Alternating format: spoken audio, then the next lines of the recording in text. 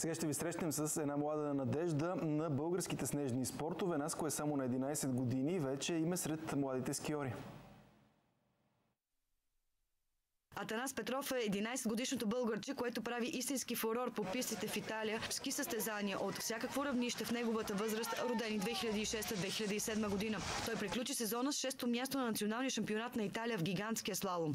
Колко състезания спечели тази година? Можеш ли да ги преброиш? Мисля 10 или 11 състезания тази година.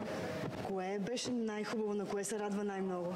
На моето последно състезание, защото беше италианския шампионат и на квалификацията участваха 30 000 деца да се класират и се класираха 1600. Кога? Спомняш ли си кога за първи път се качи да караш? На 1 годинка и 8 месеца. Ма не го помниш, нали? Сигурно си гледал снимки само. Само снимки съм гледал. Защо ти харесва да караш ски? Като се кача ми е радостно. Не мога да го обясня. Много съм радостен и щастлив. За какво мечтаеш? Какъв искаш да станеш, когато пораснеш? Световен или олимпийски шампион. А сега с твоите приятели на какви други игри си играете? Футбол, понякога ходим на плуване и така.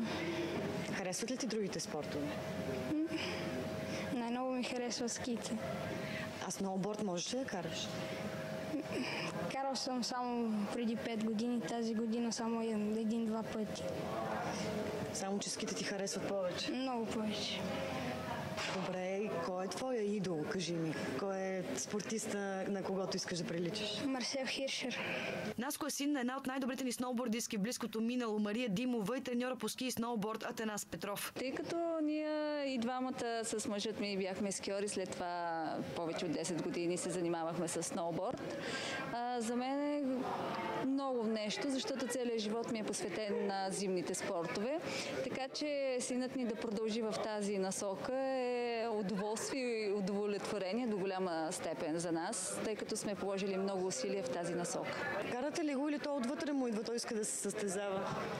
Като беше малък, до голяма степен, по някакъв начин го стимулирахме да тръгне, но сега вече ние сме му показали и доста други спортове и той наистина е добър и в други спортове, но той, така както последните 2 години върви, предпочита да кара ски основно.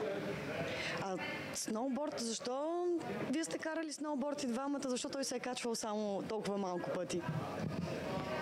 Той не се е качвал много малко пъти, просто приоритет са му ските, повече се забавлява и за всичко има време. Най-добрите скиори карат сноуборд, най-добрите сноубордисти карат ски.